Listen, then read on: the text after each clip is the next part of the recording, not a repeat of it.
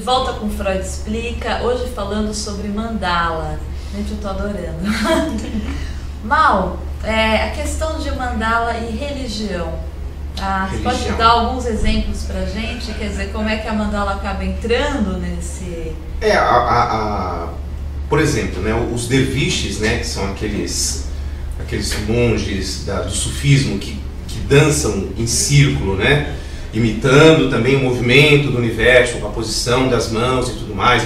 A gente falou alguma coisa dos índios, né, os próprios círculos que os índios norte-americanos fazem, que são círculos de cura, onde eles colocam os 4 elementos, né, a mandala tem a ver também com a posição dos 4 elementos da natureza, mas a gente tem que pensar numa coisa bastante interessante, que a mandala, aparentemente para nós, é uma coisa bidimensional, um desenho, né?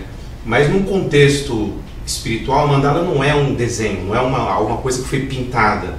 Ela é uma estrutura atemporal, uma estrutura espacial. Se você pegar, por exemplo, o planeta Terra, né, que é uma bola, uma esfera, se você traçar os 4 pontos e fizer uma cruz no meio, você vai ter aí umas coordenadas, você vai ter o alto abaixo, né? Depois você vai ter a linha do horizonte, você vai ter uma estrutura espacial, que é uma mandala. Na verdade, a mandala nada mais é do que uma representação de uma esfera. Uma esfera, ela é o objeto geométrico que ocupa menos espaço, e por isso que os planetas são redondos, por isso que tudo na natureza, né, as nossas células, sim, e assim por diante. E nós começamos com a nossa visão do universo à nossa volta através de uma mandala que nós temos, que são os nossos olhos. O desenho dos nossos olhos, né, o desenho dos nossos olhos são mandalas. E a nossa visão do universo, por isso que Jesus Cristo, por exemplo, dizia assim, né, que os olhos são a janela da alma. Entendeu? Então, outra vez entrando o além, através da própria mandala que existe no nosso corpo, que são os nossos olhos. Então, existe toda essa... A gente estava falando aqui em off, né, sobre os círculos de Umbanda, né, o riscado, o ponto no chão, que também são circulares. Então, esse círculo que a gente pode dizer que é um círculo de poder, ou uma porta em que o inconsciente entra e se expressa, nada mais é do que fazer contato, né? Fazer realmente o contato com aquilo que nós somos essencialmente. São portas da nossa inconsciência, da nossa superconsciência, né? Do nosso do eu superior, como dizem também. E as cores, elas estão ligadas a inúmeros níveis de consciência diferentes que nós temos. Né? Nas tradições orientais, nós temos os famosos chakras, né?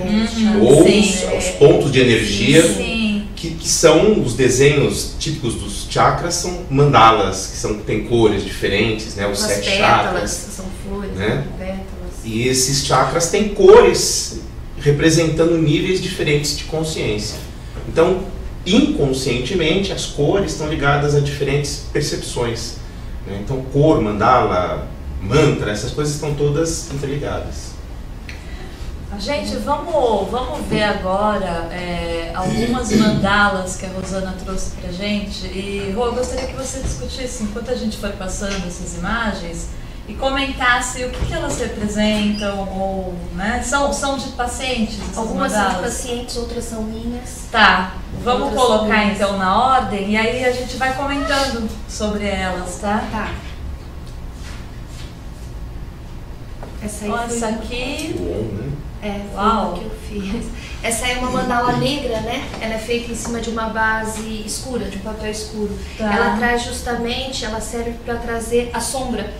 Aquilo que está reprimido, negado, que você não tem acesso. A hora que você pinta uma mandala negra, tem que tomar cuidado para trabalhar isso no consultório, porque ela traz mesmo, viu? Traz mesmo. Ela traz mesmo. E aí foi uma mandala que eu fiz depois de uma meditação, e o objetivo era esse. Fantástica, trazer fantástico mesmo. Essa aí também é de outra pessoa, mas é uma mandala que a pessoa tentou se centrar. Ela fez uma mandala geométrica a pedidos, né? Uma mandala, quando você coloca dentro da mandala linhas retas e tenta fazer sempre com linhas retas, você procura aquele centramento do ego. O centramento a partir do ego, né?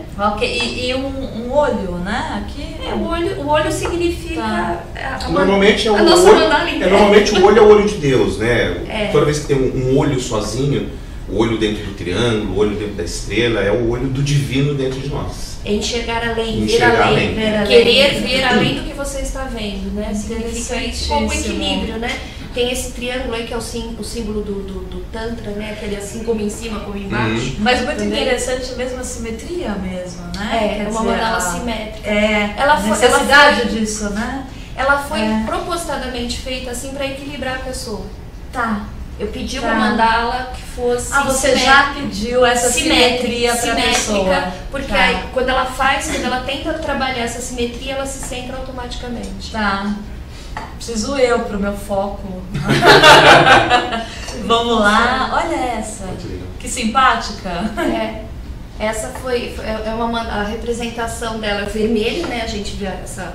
Ela é bem vermelha. Tá falando de duas pessoas e o vermelho pode falar do chakra básico ali, né? Diz respeito às nossas necessidades básicas. E aí o cunho da questão era sexual, né? Tava do envolvimento sexual.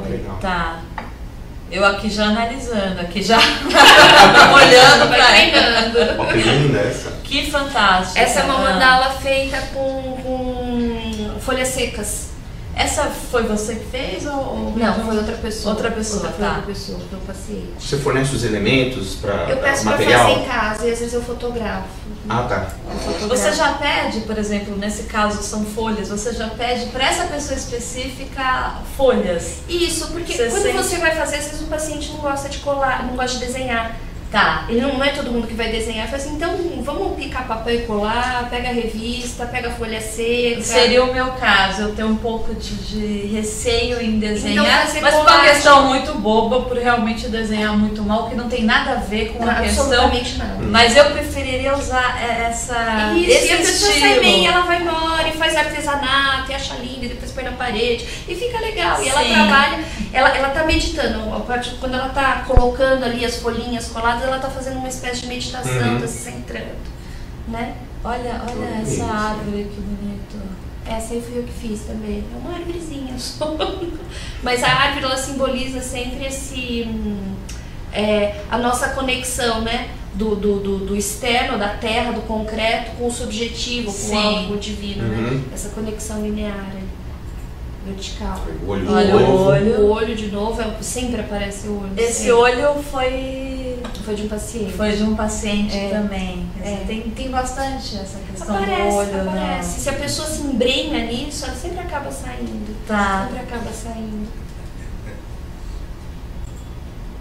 Esse aí foi não foi nem de um paciente, foi de um colega. Né? E aí também tem a conexão do alto com o baixo. Essa mandala aí não aparece, mas tem uma parte dela que sai pra fora, né? Ela sai da mandala, quer dizer, alguma coisa que tá fugindo ao ego, que tá fugindo ao controle. Tá escapando, tá escapando do ego. Tá escapando do ego. Mas tem essa conexão, tem um centro amarelo com muita energia. Né? Então, quer dizer, tem uma energia saindo do self aí querendo se manifestar. Essa aí é minha também. Olha que bacana. Geométrica, né? A geométrica, ela sempre centra. Dificilmente ela não faz esse trabalho. São as flores, né? As flores que tem. E essa aí também, tá vendo? Ele foi feito sobre uma base vermelha, né? E tem uma vermelho, né? O vermelho já chama para a questão sexual, concreta, corpórea. Né? E tá falando de uma mulher aí querendo voar. Essa aí também é minha. Essa aí também é minha. Eu uso esse como logo do curso que eu dou de mandala. E depois a gente vai falar do curso. Nossa! Essa aí é uma mandala mais simples, essa aparece bastante no consultório. Segundo a categorização da Kellogg, John Kellogg, ela chama essa mandala de vazio, uma mandala que chama vazio. Não significa o vazio no sentido psicanalítico, mas geralmente as pessoas que pintam muito isso é a pessoa que ela tá começando uma fase nova na vida e ela não tem nada em vista. Tá um vácuo, né? Tá um vácuo na vida dela, ela não sabe pra onde vai. E aparece muito, quer dizer, parece, tem muito esse... Com diferentes cores, diferentes... às vezes ela é toda de uma cor só, às vezes ela tem um outro elementozinho, mas essa é uma mandala de vazio. E esse negro aí diz respeito a como se fosse uma sombra ocupando muito espaço, vamos dizer assim, né? Me remete muito a exatamente essa questão de dúvida, né? Entre a luz e a sombra, né? Tem uma questão de dúvida que, não sei, pra mim, assim, olhando, a gente tem sentimentos, né, ao ver essas imagens, algo melancólico, talvez. Com certeza. Também, com né? certeza. Olha, essa daí tá bem... Olha essa, gente. Você tá bem mesmo, né? É uma mulher em depressão. Em depressão, olha isso, gente. A depressão realmente é a falta de movimento. Falta de movimento, de sexualidade, ela tá careca, ela tá com os braços pra trás, despida, né? Ela pintou o fundo de preto. Fantástico. Essa aí é uma minha também. Meditando. Meditação. Opa, essa eu tinha visto. Eu achei fantástica, assim, eu até comentei com a Rô. Personalidade múltipla essa daí. Então, me remeteu à psicose, ao quadro psicótico. Mas né? Uma vez eu recebi uma paciente numa entrevista e assim que ela entrou no consultório, sabe, eu fiquei com a cabeça completamente atordoada, né? Sim. Quando ela entrou no consultório, parecia que eu tava um sino dentro da minha cabeça. Sim. Não sei. Assim que ela entrou no consultório. E aí eu fui conversando com ela, conversando. E até a noite eu tive um sonho com ela, né? Foi uma pessoa que impactou muito por conta do quadro dela, um border bem complicado. Tá. E aí, à noite, eu não conseguia dormir. Uma pessoa, né?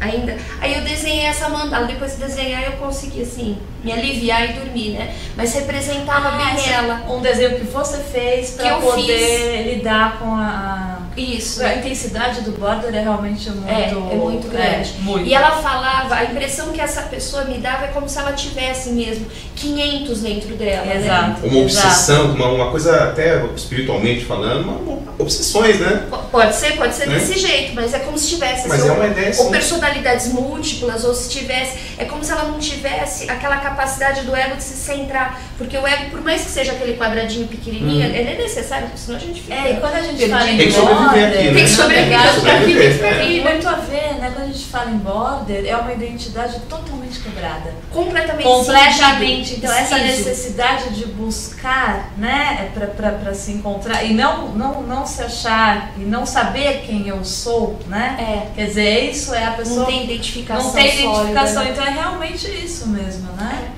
Interessante. Interessante você ter feito como alívio até para... Eu fiz durante muito tempo mandala, assim, hoje eu faço mesmo, mas quando o paciente era muito carregado, eu chegava em casa e desenhava. Já aconteceu, não tá aí esse desenho, desse mesmo paciente border, que quando um dia ele me mandou uma mensagem de texto dizendo que ia se matar. Né? Ele falou assim, eu vou me matar porque ele tinha conhecido uma menina. Essa menina e chegou, conversou 10 minutos e chegou no consultório e falou assim, então ela é o amor da minha vida, eu vou casar, ter filhos com ela, ela é o amor da minha vida. Mas você tem certeza? Pensa bem. Nesse pensa bem, que eu ainda falei no final da sessão, ele saiu completamente atordoado, depois me mandou uma mensagem de texto falando que ia se matar, porque se ele não tivesse o amor da vida dele, ele ia se matar.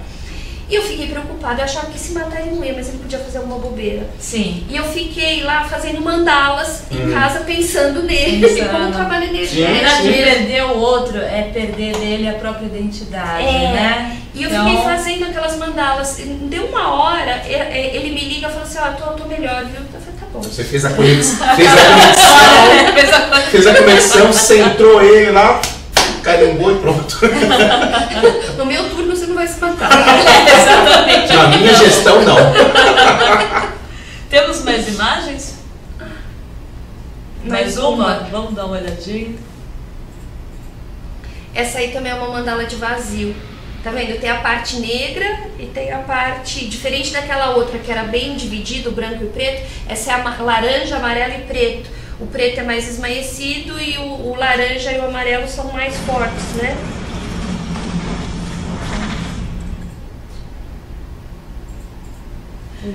Interessante. Você sabe o que me remeteu essa imagem agora? Vocês assistiram o filme Melancolia do Lars von Trier? Sim.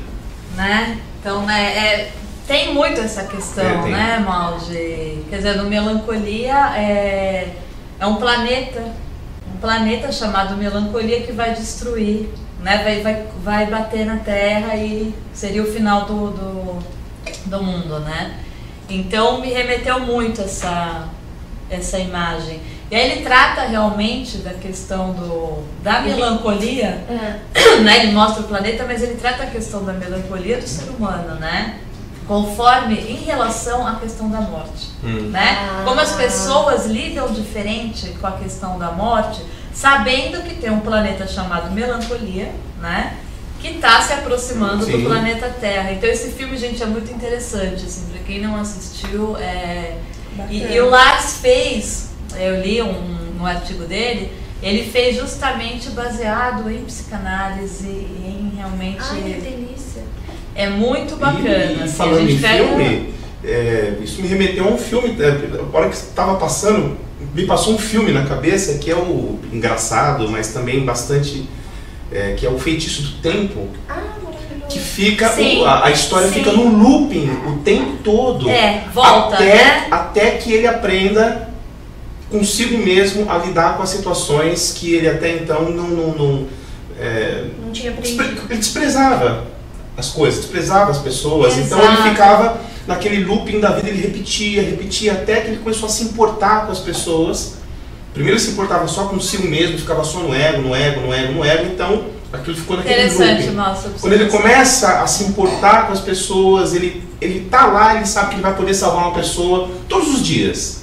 Ele começa a fazer o bem para as pessoas e ele sai do looping, acaba. De repente, um dia ele acorda no final do filme e acabou. Esse looping do tempo remete também a mandala, né? Mas é exatamente isso. De você ficar sempre na compulsão repetitiva até que você aprenda. Tem alguns filmes também que mostram a possibilidade de você refazer algo que você, né? Por exemplo, Corra Lola Corra, por exemplo, aonde ela muda uma ação para que não finalize daquela forma, né? Então ela vai sempre mudando. É bem interessante, porque isso tem muito a ver com chama-se pequena consequência das coisas. Um pequeno ato que você tem e que vai mudar toda uma história. Se você não dá atenção para aquilo vai talvez se repetir inúmeras vezes na vida da gente. Talvez a gente não consiga perceber o quanto nós estamos num looping porque a gente não muda um pequeno ato. O que a gente mais faz é repetir padrões e repetir comportamentos e não sair desse, né? Porque a gente tem medo de sair dos padrões. E é preciso perceber, sim, e muitas vezes quebrar alguns padrões que são, né, que nos fazem mal. Tem um psicanalista, o argentino, não lembro o nome dele aqui, já eu lembro, que ele fala que toda evolução é um espiral evolutivo ascendente. E na verdade é assim, você sempre passa pelas mesmas coisas, mas em padrões cada vez mais altos. E o que a maioria das pessoas faz é ficar sempre no mesmo. Exatamente. É aquela historinha do ciclo e da espiral. A espiral Você sobe, né? Você tem que subir. Exatamente. Você passa pelas mesmas coisas, mas num nível um pouquinho mais avançado. Exato, mas as pessoas ficam ali, repetindo e não... Com medo de mudar o padrão por causa eu chamo a canga da opinião, né?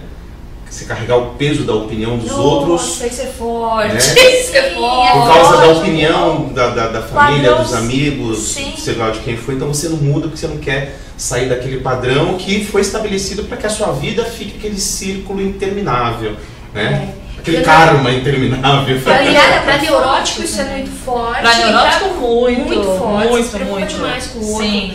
E para psicose, ele sequer consegue chegar lá. É uma coisa extremamente forte e inconsciente, esse poder do ambiente, né? Exato. Isso mostra o quanto tá todo mundo próximo daquela psicose, onde não tem uma separação entre o externo e o interno. O externo me influencia de uma tal maneira que eu sequer tenho consciência. Mas é uma coisa muito forte. É muito forte, exato. É muito forte. Eu penso que nós estamos vivendo um momento hoje, inclusive, em que é possível quebrar todos os paradigmas. Talvez o mundo não acabe.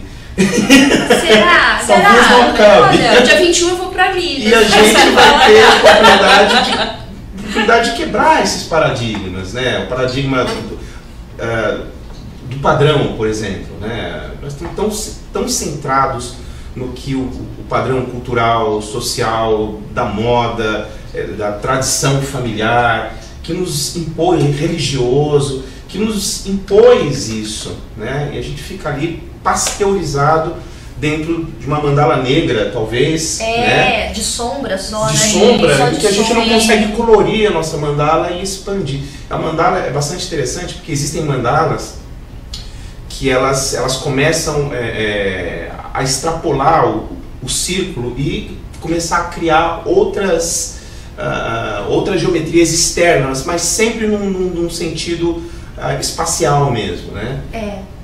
Porque às vezes, dentro da clínica, às vezes expande o centro, sai do círculo da mandala, o desenho vai além. E às vezes é de uma forma desorganizada. Às vezes aquele passar é apavorante para a pessoa. Sim. E às vezes quando ela está numa expansão de consciência, uma vez eu fiz uma mandala assim, depois de uma respiração holotrópica. E aí você sai mesmo, a tua consciência vai longe, né?